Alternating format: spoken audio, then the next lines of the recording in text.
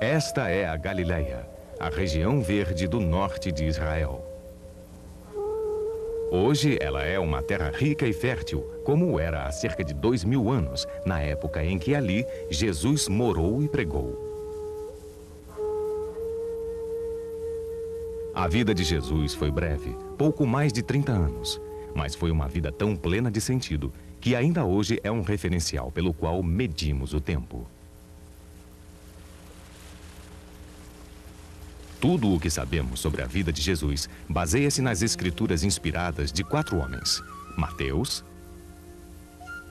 Marcos, Lucas e João. Todos eles escreveram muitos anos após a morte de Jesus. Artistas, em muito distantes do seu tempo, são os que nos deixaram as únicas imagens que temos de Jesus. Nenhum deles sabia como Jesus se parecia. Nenhum contemporâneo de Jesus pintou o seu retrato ou descreveu como ele era. E, portanto, nossas mentes encontram-se cheias de imagens que nos contam mais sobre a vida e a época dos pintores, escultores e cineastas que as criaram do que sobre o próprio Jesus. Mas nesta terra, nós ainda podemos sentir a sua presença, ainda ouvir os ecos do mundo que ele vivia. Alguns desses ecos ressoam na vida cotidiana dos trabalhadores que vivem nesta terra agora. Muitos dos quais ainda observam um modo de vida bastante semelhante com a vida na época de Jesus. Mais e mais informações são obtidas graças ao trabalho dos modernos arqueólogos e estudiosos, cuja pesquisa minuciosa de objetos do passado reúne pedaços e fragmentos em um tipo de mosaico daquele tempo distante. Tudo isso nos ajuda a voltar o nosso olhar para o mundo em que Jesus viveu. De volta a Belém, o vilarejo em que ele nasceu durante o reinado de Herodes o Grande, rei dos judeus, sob a tutela do Império Romano. O vilarejo que Jesus deixou quando seus pais fugiram com ele para o Egito para escapar do massacre aos inocentes ordenado por Herodes. Após a morte daquele rei tirânico, a família retornou para sua terra de origem, as montanhas verdes da Galileia. Ali, Jesus cresceu até a idade adulta e foi educado no vilarejo de Nazaré. Vemos nesta reconstrução como deveria ser a vida entre os galileus do primeiro século, que eram seus vizinhos e parentes.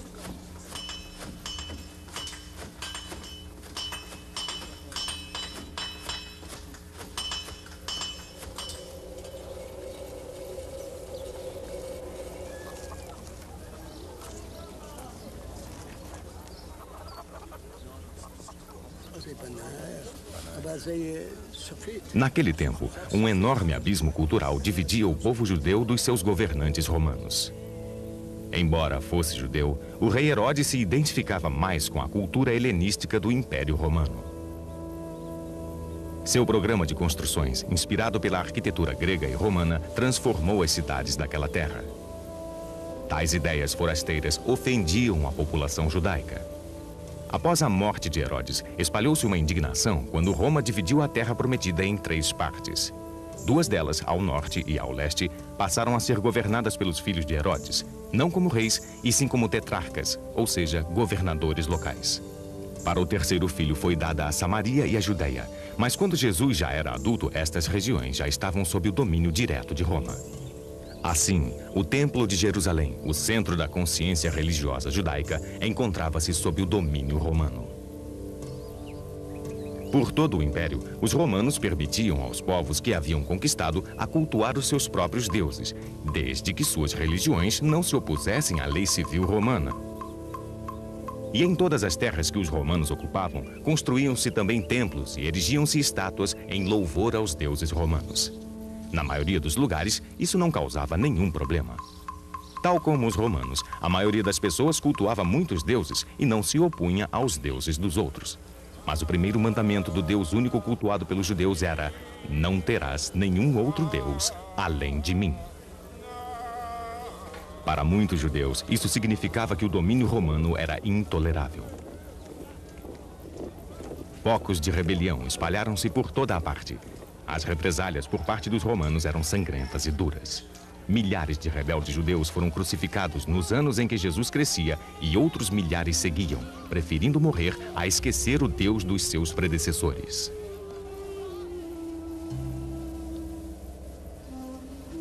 Essa agitação furiosa era propícia para o surgimento de líderes fervorosos, que ofereciam uma nova esperança ao povo judeu.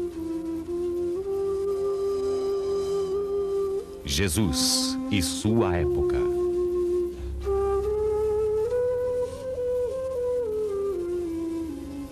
No meio do povo.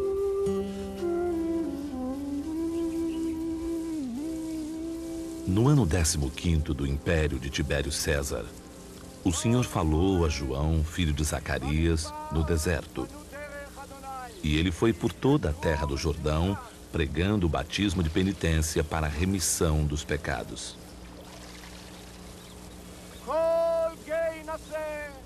Batismo de penitência para a remissão dos pecados? O que isso significa para as multidões que se aglomeravam para ouvir João pregar?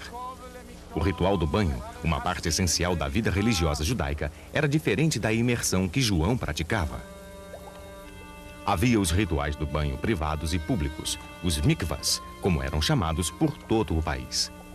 Aproximadamente 70 deles se realizavam do lado de fora da entrada do templo, em Jerusalém. Os devotos se banhavam na água pura antes de entrar no solo sagrado. A imersão tinha como objetivo limpar e purificar uma pessoa para que ela pudesse participar de um rito sagrado. Mas isso nada tinha a ver com a remissão dos pecados. Isso requeria um ato de expiação, frequentemente sob a forma de um sacrifício no templo.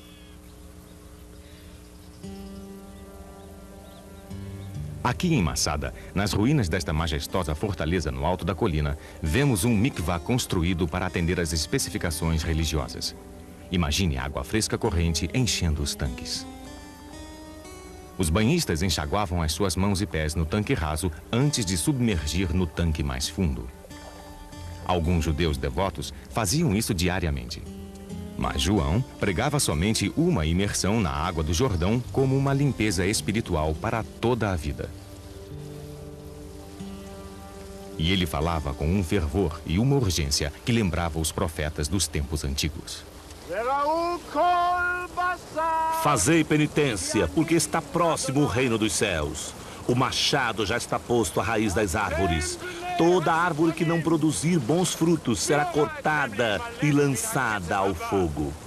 Eu, na verdade, batizo-vos em água, mas virá um mais forte do que eu, a quem eu não sou digno de desatar a correia das sandálias. Ele vos batizará no Espírito Santo e em fogo.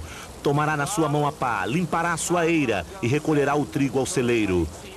As palhas, porém, queimá-las num fogo inextinguível. As palavras de João foram interpretadas como a descrição de um Messias.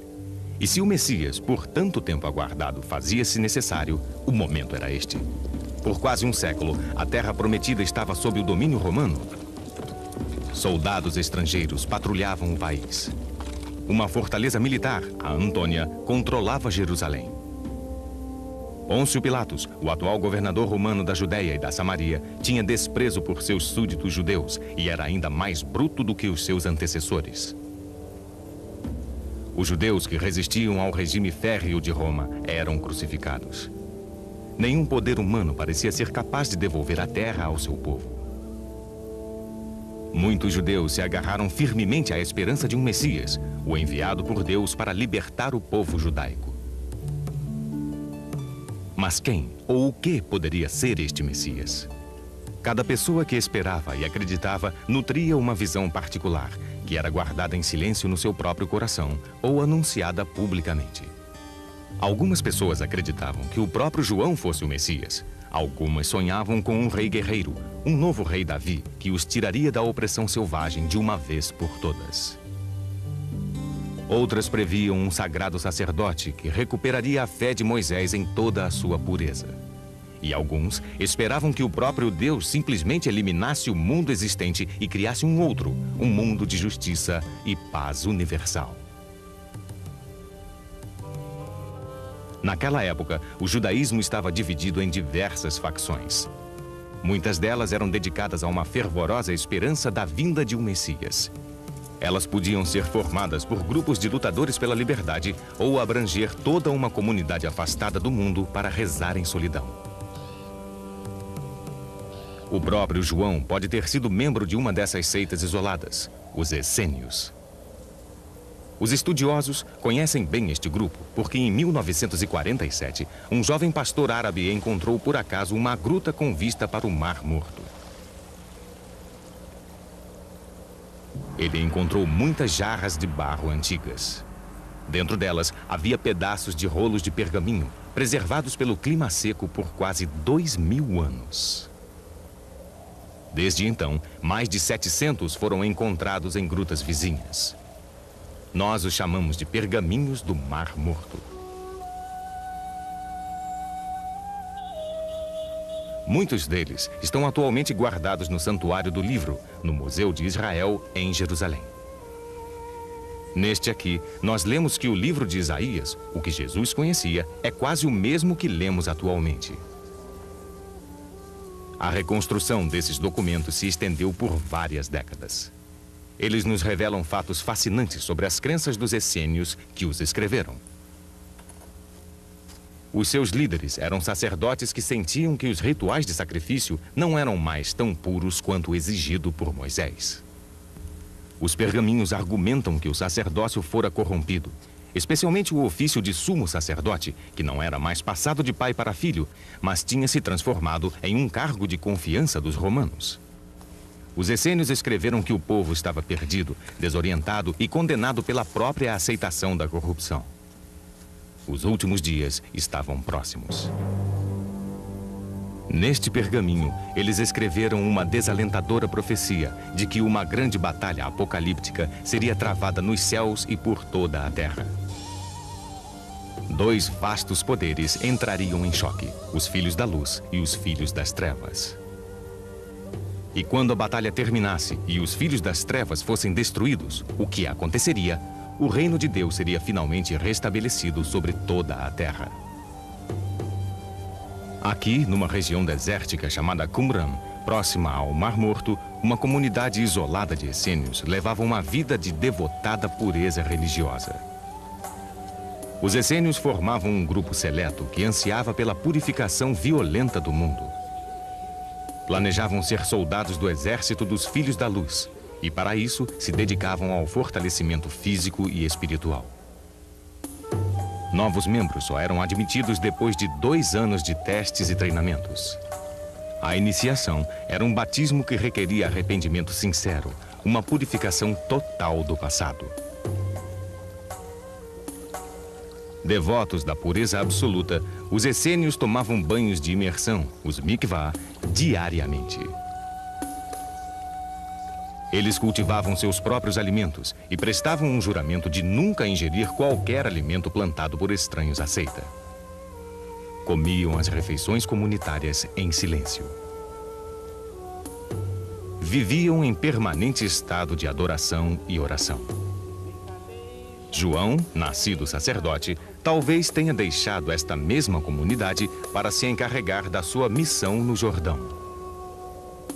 Não há como saber ao certo, mas alguns ensinamentos de João parecem ecoar ideias sobre piedade e justiça pregadas pelos essênios.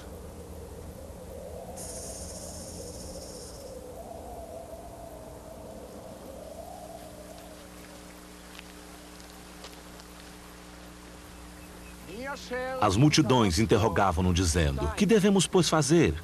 Respondendo, dizia-lhes: "O que tem 2 túnicas, dê uma ao que não tem, e o que tem o que comer, faça o mesmo."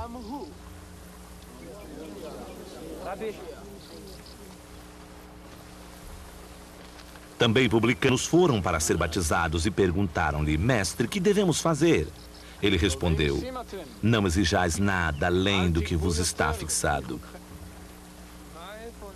Do mesmo modo, os soldados lhe perguntavam: "E nós, o que devemos fazer?" Respondeu-lhes: "Não pratiqueis violência, nem denuncieis falsamente, e contentai-vos com o vosso soldo."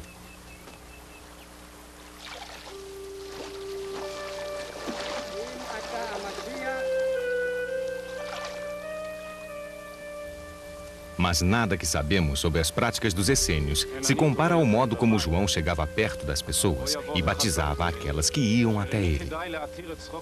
E certamente nada se compara à sua predição sobre aquele que viria depois dele.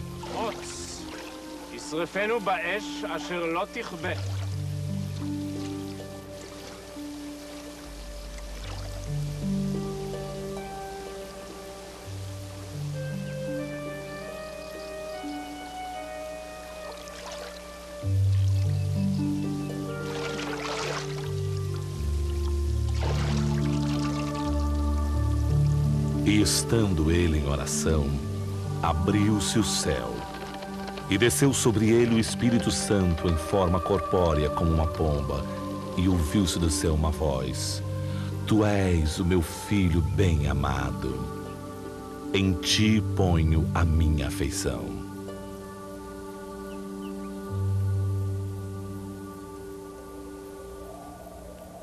Este é o deserto da Judeia, onde Jesus ficou 40 dias depois do seu batismo.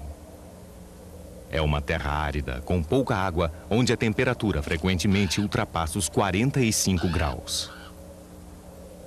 Jesus não foi o primeiro a colocar o seu espírito à prova nesta região tão desumana. João lá estivera, assim como os antigos profetas. Qual o lugar melhor para se libertar das preocupações mundanas, para enfrentar o mal e resistir às tentações de Satã?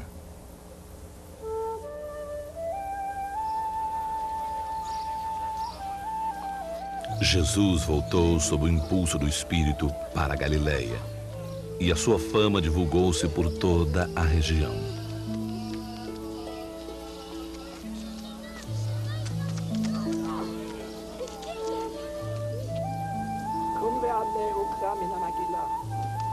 Ele ensinava nas sinagogas e era aclamado por todos. Jesus começou a pregar. Não como João, não como uma voz pregando sobre a vastidão de fúria que viria. Na sinagoga, Jesus lia passagens das Escrituras, a lei de Moisés e os livros dos profetas. Então, na tradição consagrada pelo templo, Jesus comentava as passagens que havia lido, interpretando-as como faziam os escribas e fariseus. Fariseus. Como soa agressiva essa palavra aos nossos ouvidos. Lembramos que Jesus mais tarde chamaria alguns fariseus de hipócritas. Mas, na verdade, quem eram eles? Os fariseus eram uma espécie de fraternidade de homens devotos e piedosos. Sem dúvida, eles formavam o grupo religioso mais popular e influente daquela época. Eles conquistaram essa liderança através de uma devoção pura a Deus e à sua lei, e também porque eles trabalhavam junto ao povo, mostrando-lhe como as leis de Deus pertenciam tanto às pessoas comuns quanto aos sacerdotes do templo. Qualquer homem, bem nascido ou não, podia se tornar fariseu. Dependia apenas do seu aprendizado e sabedoria. Os fariseus viam Israel como uma nação sagrada e viviam com a mesma pureza de devoção que a lei exigia dos sacerdotes do templo. Para isto, era preciso ter uma nova e mais profunda compreensão da Torá, o conjunto dos primeiros 5 livros do Antigo Testamento. Como estes pesquisadores modernos, os fariseus estudavam as leis e discutiam o seu significado. Mas estes homens também estudam livros que foram escritos muito tempo depois dos ensinamentos dos fariseus. Os fariseus lidavam com um código oral complexo, conhecido como a lei oral. Os livros que estes homens estudam atualmente, a Mishnah e o Talmud, se originam na luta empreendida pelos fariseus para aplicar as leis antigas da Torá na realidade mutável da vida cotidiana. Já faz mais de 1000 anos que Moisés deu as leis aos antigos israelitas, um grupo de andarilhos do deserto. Desde então, eles se assentaram na terra prometida e estabeleceram um reino. Os vilarejos cresceram, foram construídas cidades e o comércio prosperou. As leis tinham que ser frequentemente interpretadas à medida que novas formas de vida as colocavam à prova. Estas interpretações se tornaram a base da lei oral. Foi uma desgraça que deu à lei oral uma importância vital. 6 séculos antes, os babilônios, sob o comando do rei Nabucodonosor, haviam conquistado Jerusalém e destruído o templo. Foi com o início da dispersão dos judeus, conhecida como diáspora. Milhares foram deportados, outros fugiram do país e estabeleceram assentamentos por todas as partes do mundo conhecido. Isto se repetiu por séculos. Novos conquistadores surgiam e novas gerações de judeus eram levados ao exílio. Eles construíram comunidades no Egito, Grécia, Itália, Ásia Menor e outros locais. No tempo de Jesus, havia mais judeus pelo mundo do que na Palestina. Eles viviam como estrangeiros em terras estrangeiras, onde deuses pagãos com nomes desconhecidos eram cultuados. Mas os judeus mantiveram a sua fé no seu único Deus. Construíram locais de encontro, as sinagogas, e elegeram líderes, em geral escribas, que podiam ler e escrever. Na Palestina também foram construídas sinagogas. Na época de Jesus, havia centenas delas, embora não haja nenhuma remanescente. Estas são ruínas de uma sinagoga construída no norte de Israel, aproximadamente 2 séculos depois da sua morte. A sinagoga era o centro da vida judaica. Um local de oração, de estudo da Torá e onde as crianças podiam aprender as Escrituras. Nas sextas-feiras, ao pôr do sol, quando se inicia o Shabat, até ao pôr do sol do sábado, a comunidade se reúne para ouvir as leituras da Torá, dos profetas e dos salmos. Assim, os judeus são mais uma vez lembrados da história do seu povo e da lei na qual ela se baseia. E as pessoas escutavam as interpretações que os escribas davam ao significado das leis e eram ajudadas a aplicá-las na sua vida diária.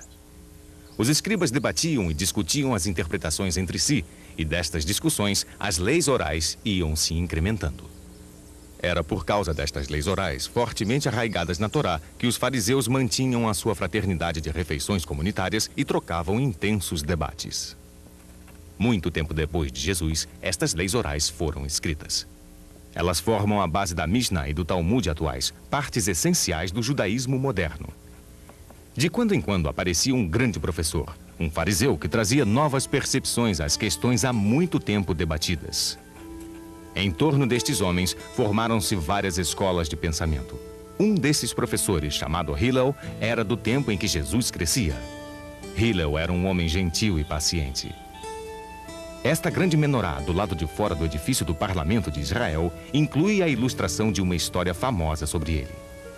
Alguém, em tom de escárnio, pediu ao velho Hillel que desse uma explicação sobre a Torá, num espaço de tempo tão curto quanto que ele pudesse permanecer de pé, apoiado em apenas uma perna.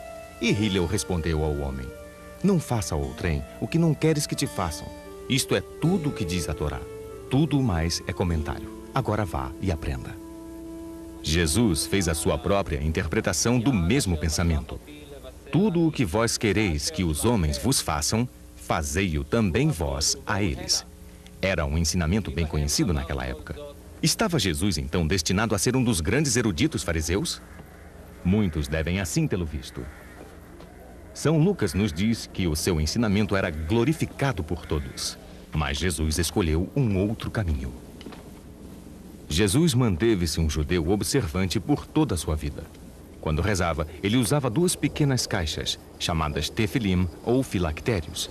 Uma na sua testa, perto da fonte do pensamento, e outra no seu braço esquerdo, perto do coração, como ordenara Moisés. Cada uma das caixas continha as palavras mais sagradas do judaísmo. Escuta, Israel, o Senhor é o nosso Deus, o Senhor é único.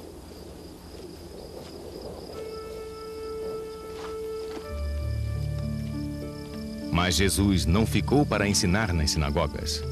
Ele partiu em um sacerdócio itinerante, diferentemente dos outros daquela época que conhecemos. Caminhando Jesus ao longo do mar da Galileia, viu 2 irmãos, Simão e André, que lançavam a rede ao mar, pois eram pescadores.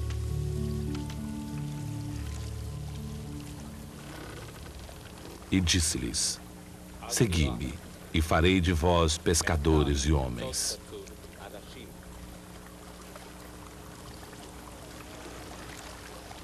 Atualmente, no Mar da Galileia, os pescadores ainda jogam as suas redes como o faziam Simão e André há 2000 anos. Pouco mudou. Os seus barcos agora têm motor, mas a sua forma rasa e as suas amplas laterais são quase idênticas aos barcos da época de Jesus. Eles eram chamados barcos galileus. Os pescadores preparam as suas redes na costa e logo estão na água, jogando-as com a mão.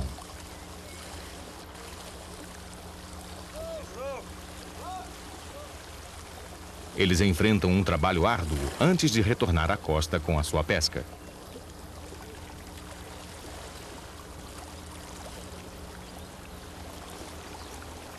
O peixe mais comum neste mar de água fresca é chamado de peixe de São Pedro.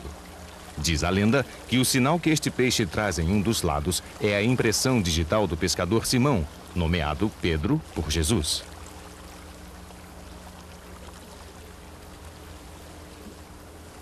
Muitos mestres não escolheriam para discípulos homens como esses, cujas vidas eram marcadas por um trabalho tão opressivo.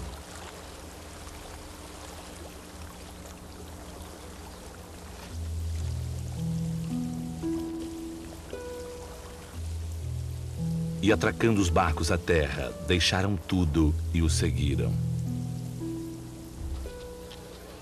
Que outro mestre simplesmente sairia e escolheria como discípulos trabalhadores comuns? Não os fariseus. Os seus discípulos é que os procuravam e estudavam diligentemente para um dia também se tornarem mestres. Outro discípulo escolhido por Jesus era um coletor de impostos. Era um trabalho que despertava rancor nas pessoas. Os homens que coletavam para Roma trabalhavam sob sistema de cotas. Cada um tinha que arrecadar uma determinada quantia na sua jurisdição. A quantia excedente coletada era o seu pagamento pelo trabalho.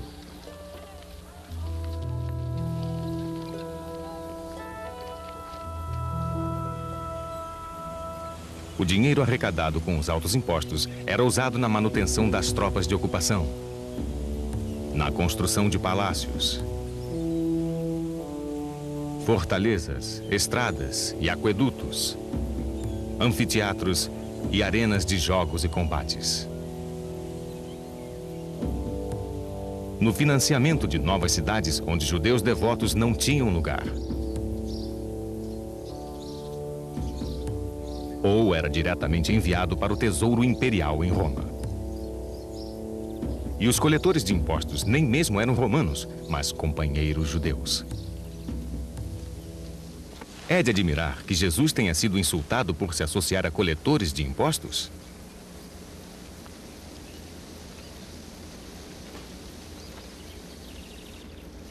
Os 12 homens que Jesus reuniu em torno de si formavam um grupo estranho e desajustado. Um deles, Simão, era chamado de Zelote. O nome Zelote era frequentemente usado para designar pequenos grupos guerrilheiros de fervorosos religiosos que lutavam contra a ocupação romana. Eles eram preparados para lutar, morrer se necessário, em nome da pureza religiosa. Hoje eles seriam chamados de guerreiros da liberdade. Do ponto de vista romano, eles eram bandidos e assassinos, cujo único destino era a crucificação. Qualquer que tenha sido o seu passado, os 12 homens escolhidos por Jesus deixaram tudo para trás para segui-lo, inclusive Judas, que mais tarde viria a traí-lo. Jesus estava sempre viajando, pregando para o maior número possível de pessoas. Saindo de Cafarnaum, ele visitou cada uma das cidades da Galileia, dando ensinamentos diretos, simples e cheios de esperança. Aos poucos, se encaminhou para o sul, passando por toda a Samaria em direção a Jerusalém e Judeia. Muitas vezes, seus ensinamentos eram dados na forma de parábolas, como a história do bom samaritano. Uma parábola familiar que tem sido contada e recontada, cuja lição fundamental permanece clara. Mas poucos atualmente compreendem o real significado que ela tinha para as pessoas daquela época. Um homem havia sido roubado e espancado e abandonado para morrer. Um sacerdote passou por ele, como também um levita, um empregado do templo. As pessoas que ouviam Jesus sabiam que se um homem estivesse morto e um sacerdote ou um levita o tivessem tocado, teriam que se submeter a uma intensa purificação durante uma semana antes de voltar às suas tarefas. Um samaritano, livre destas exigências, ajudou e cuidou do homem.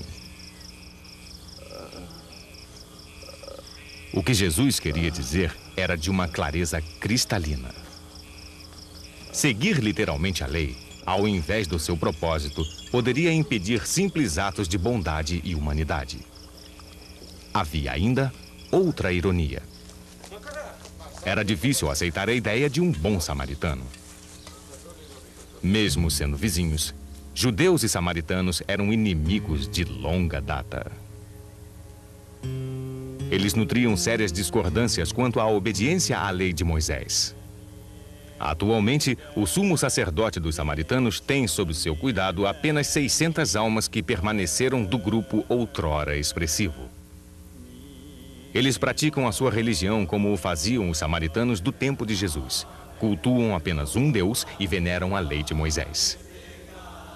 Esta Torá, escrita em hebreu antigo, tem aproximadamente 1.300 anos. Mas os samaritanos nunca aceitaram as palavras dos profetas ou quaisquer ensinamentos vindos das leis orais.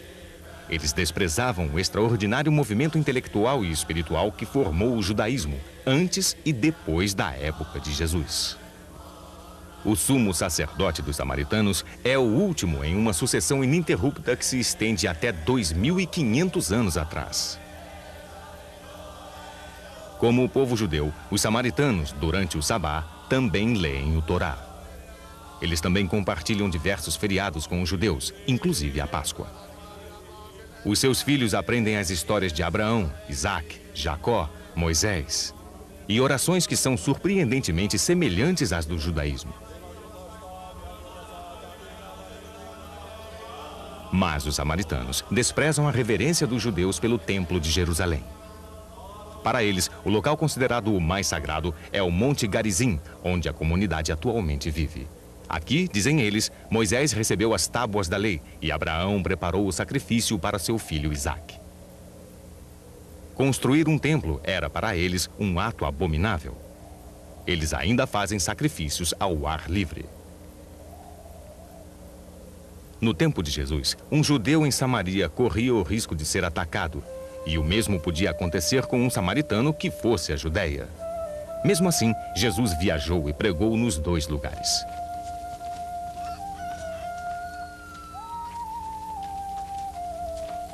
Jesus não tinha emprego, somente os seus ensinamentos. Isto também o distinguia dos eruditos fariseus, cuja maioria tinha no comércio o sustento da família. Os fariseus manifestaram a sua desaprovação quando souberam que Jesus e seus discípulos colheram espigas durante o Shabat, um ato considerado como trabalho e, portanto, proibido. Jesus contra-argumentou no estilo dos próprios fariseus, citando as próprias Escrituras. Não lestes o que fez Davi quando teve fome, ele e os que com ele estavam, como entrou na casa de Deus e tomou os pães da proposição, e deles comeu e deu aos seus companheiros, embora não fosse permitido comer deles, senão aos sacerdotes? Se compreendesses o sentido destas palavras, quero a misericórdia e não o sacrifício, não condenarias os inocentes.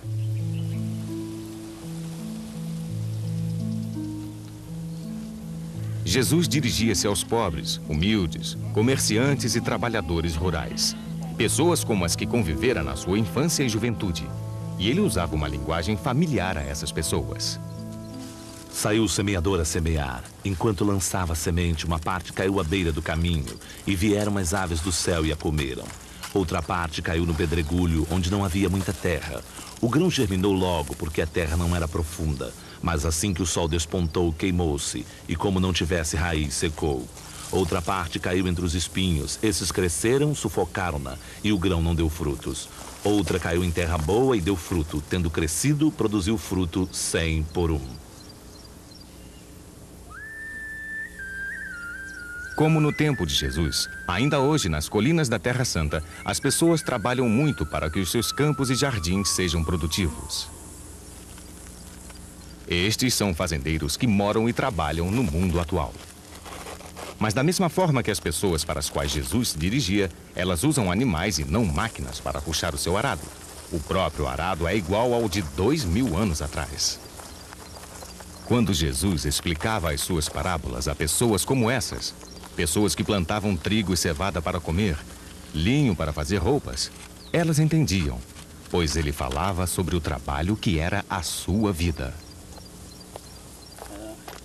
Eis o sentido da parábola.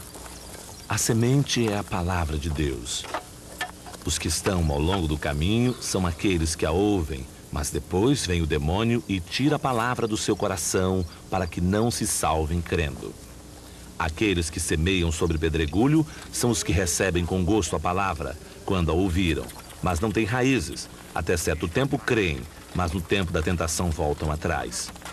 E a que caiu entre os espinhos representa aqueles que ouviram a palavra, porém indo por diante ficam sufocados pelos cuidados e pelas riquezas e deleites desta vida e não dão fruto. Porém a que caiu em boa terra representa aqueles que ouvindo a palavra, com um coração bom e perfeito, a retêm e dão fruto pela perseverança. Todos os ensinamentos são dados em termos tão práticos e realistas, pois Jesus oferecia uma nova esperança para os pobres e os oprimidos.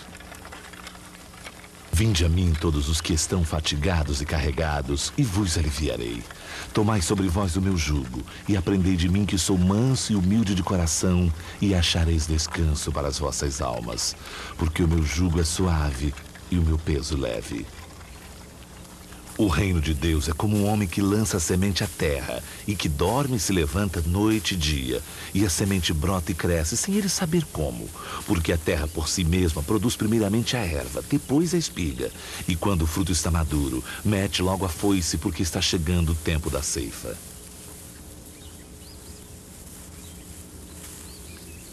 Eis que vos digo: levantai vossos olhos e vede que os campos já estão brancos para a ceifa. O que ceifa recebe a paga e recolhe o fruto para a vida eterna, a fim de que se alegrem juntamente o que planta e o que colhe. Deixai vir a mim as criancinhas, não as impeçais, pois dos que são como elas é o reino de Deus.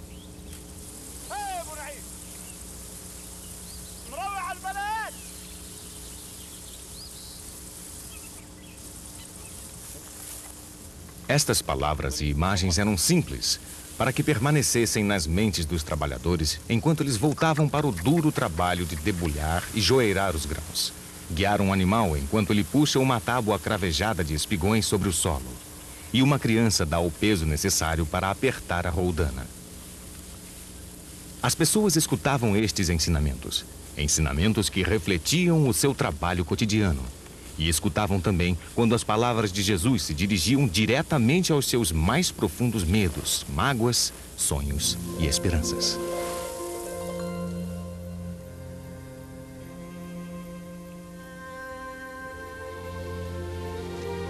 Bem-aventurados os pobres de espírito, porque deles é o reino dos céus.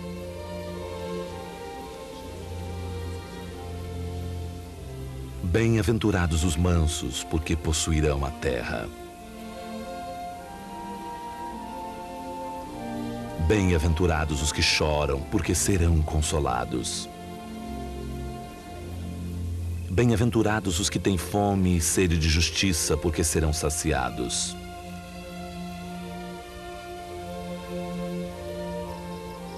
Bem-aventurados os misericordiosos, porque alcançarão misericórdia.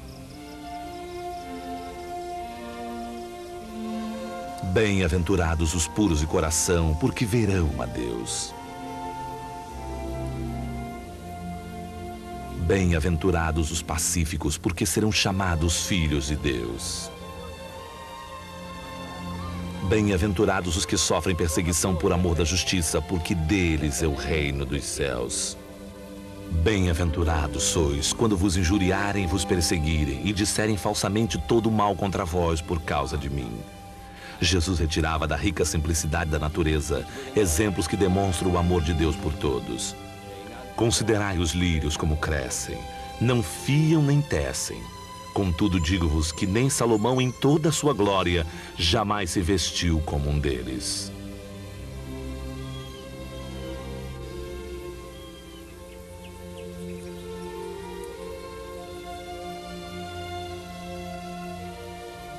Amai os vossos inimigos, rezai por aqueles que vos perseguem. Assim vos mostrarei filhos do vosso Pai que está nos céus, que faz raiar o seu sol sobre os bons e os maus, e chover sobre os justos e os injustos.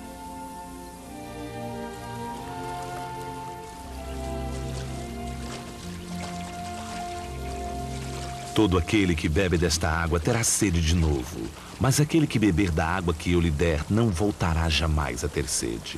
A água que eu lhe der transformar-se-á nele em fonte de água corrente até a vida eterna. Aqui é semelhante o reino de Deus, e aqui o compararei. É semelhante ao grão de mostarda que, quando semeado, é a menor das sementes, mas depois de semeado cresce, torna-se maior que todas as hortaliças e estende de tal modo seus ramos que as aves do céu podem abrigar-se à sua sombra. Pois em verdade vos digo, se tiverdes fé do tamanho de um grão de mostarda, direis a este monte, transporta-te daqui para lá, e ele se transportará e nada vos será impossível. Quem de vós, que tendo 100 ovelhas e perdendo uma delas, não deixa as 99 no deserto e vai em busca da que se havia perdido até encontrá-la? E depois de encontrá-la, põe-na nos ombros, cheio de júbilo. E voltando para casa, reúne os amigos e vizinhos, dizendo-lhes: regozijai-vos comigo, achei a minha ovelha que se havia perdido. Digo-vos que assim haverá maior júbilo no céu por um só pecador que fizer penitência, do que por 99 justos que não necessitam de arrependimento. Eu sou o bom pastor. Eu conheço as minhas ovelhas e as minhas ovelhas conhecem a mim. Como o Pai me conhece e eu conheço o Pai. Dou a minha vida pelas minhas ovelhas. Falando das ovelhas ou das videiras nos campos, todas as suas palavras continham lições de amor. O ramo não pode dar fruto por si mesmo se não permanecer na videira. Assim também vós não podeis tampouco dar frutos se não permanecerdes em mim. Eu sou a videira, vós os ramos.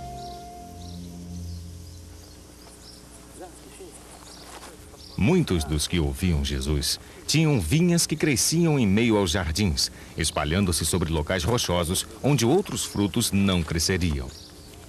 Outros trabalhavam nas vinhas dos ricos proprietários de terras.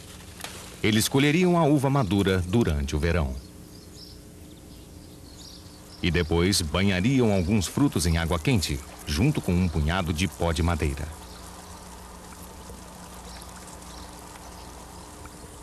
E então espalhariam os frutos sob o sol escaldante até que secassem e se tornassem passas.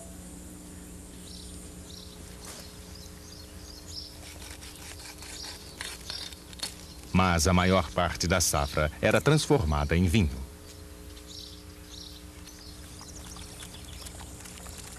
Este buraco natural de pedra é usado como prensa de lagar o vinho desde o tempo de Jesus. As pessoas ainda prensam as uvas nos pés descalços, como o faziam naquela época.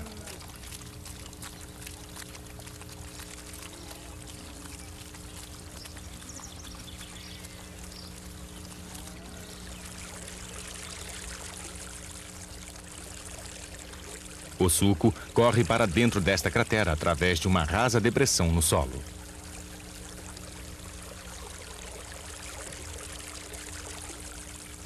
Os resíduos são peneirados por um pano antes que o suco comece a fermentar. O fecho deve ter uma pequena abertura para que os gases liberados durante a fermentação possam sair. Não se coloca vinho novo em odres velhos, pois do contrário se rompem os odres, o vinho se derrama e os odres se perdem. Mas põe-se vinho novo em odres novos e ambos se conservam.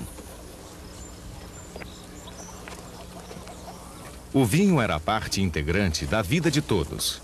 Misturado com muita água, ele era a bebida tomada em todas as refeições, por crianças e adultos.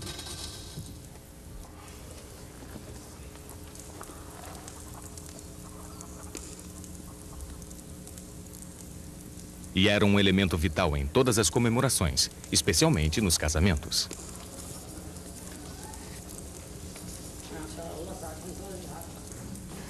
Atualmente, esses judeus iemenitas que moram em Israel observam a união de duas pessoas à maneira antiga, com comemorações e cerimônias que podem se estender por uma semana.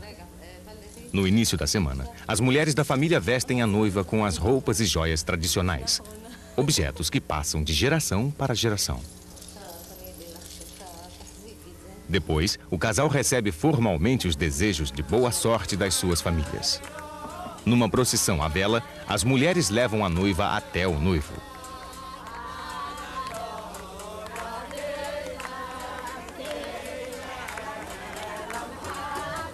O casal começa a dançar e é seguido pelas famílias e amigos.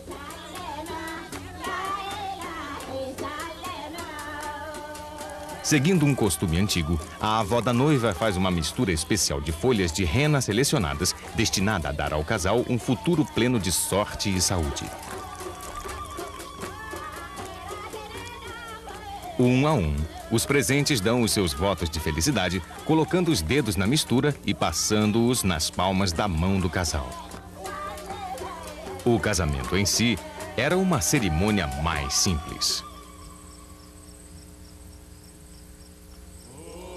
A noiva, com o véu, é conduzida pelas mulheres da sua família até o noivo.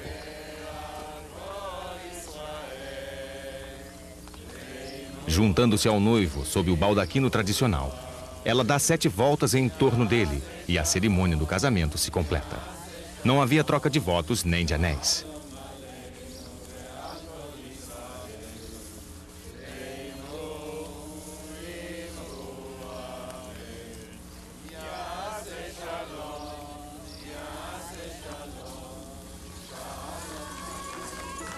Em seguida, a comemoração se inicia. Ela poderia se estender por toda a noite, regada por muita comida e vinho. Era uma cerimônia de casamento como essa que acontecia no vilarejo de Caná, quando Jesus fez o seu primeiro milagre. Quando acabou o vinho, Jesus pediu que a empregada da casa enchesse algumas jarras com água. Então, milagrosamente, ele as transformou em jarras de vinho.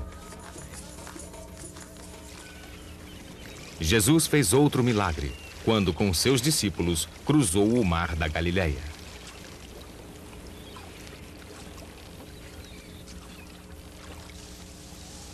Jesus estava dormindo quando começou uma tempestade.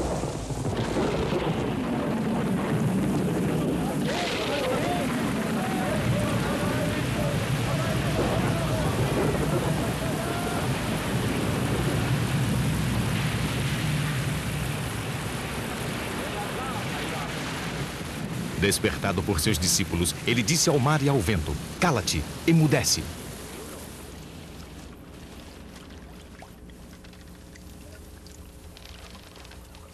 Quem e o que era este homem? Em qualquer lugar que pregava, Jesus atraía multidões, 4, 5 mil pessoas de uma só vez. Mais e mais pessoas deixavam suas vidas para seguir Jesus, homens e mulheres. O poder de curar os doentes, os aleijados, os mutilados, os cegos, aumentava a sua crescente popularidade. Alguns fariseus faziam objeções às curas feitas por Jesus nos Shabats. E ele lhes perguntou: é permitido fazer o bem ou o mal no Shabat? Salvar uma vida ou matar?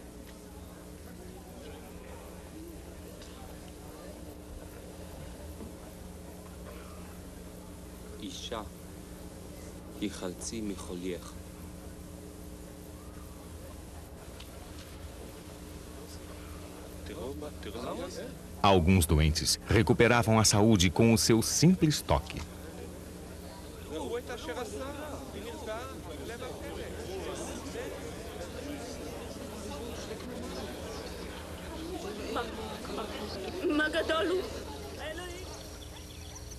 Os leprosos o procuravam para serem curados. Naqueles dias, qualquer enfermidade severa na pele era considerada lepra.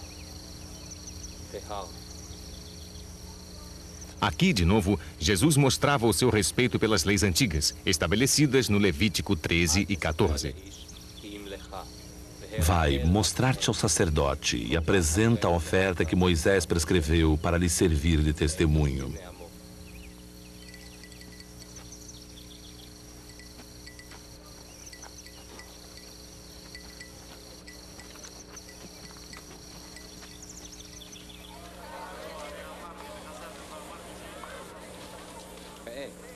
Com um toque e uma bênção, Jesus devolvia a visão aos cegos.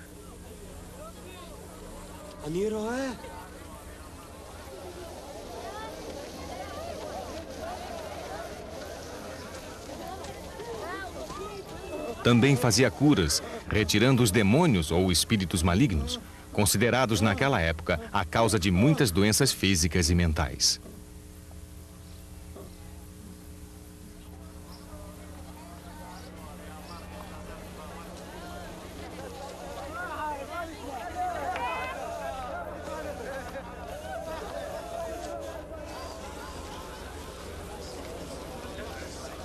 Algumas vezes, o método de cura usado por Jesus o levava a uma confrontação direta com os fariseus. Havia um homem paralítico que foi baixado até Jesus por um buraco no telhado de uma sinagoga lotada. Quando Jesus curou o homem, dizendo-lhe que os seus pecados estavam perdoados, os fariseus reagiram com indignação. Somente Deus podia perdoar os pecados, depois de uma expiação formal e do oferecimento de um sacrifício no templo. Jesus, percebendo logo em seu espírito que faziam tais reflexões, disse-lhes então: por que pensais assim em vossos corações? Que é mais fácil? Dizer ao paralítico: teus pecados se são perdoados, ou levanta-te, toma tua maca e caminha? Pois bem, para que saibas que o Filho do Homem tem na terra o poder de perdoar os pecados, eu te ordeno: levanta-te, toma tua maca e vai para casa.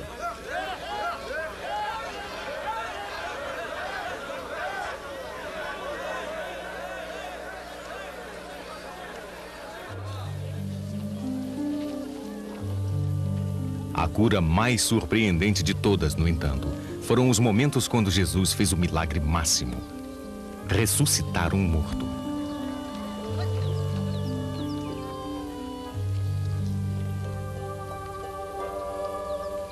Ele devolveu a vida ao filho morto de uma viúva do vilarejo de Naim.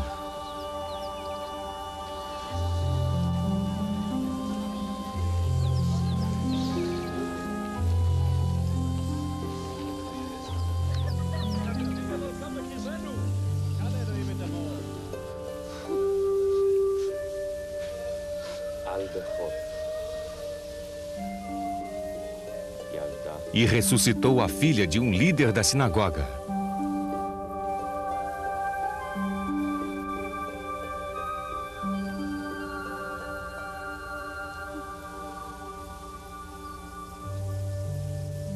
E em Betânia, ele levantou Lázaro, um amigo morto há 4 dias.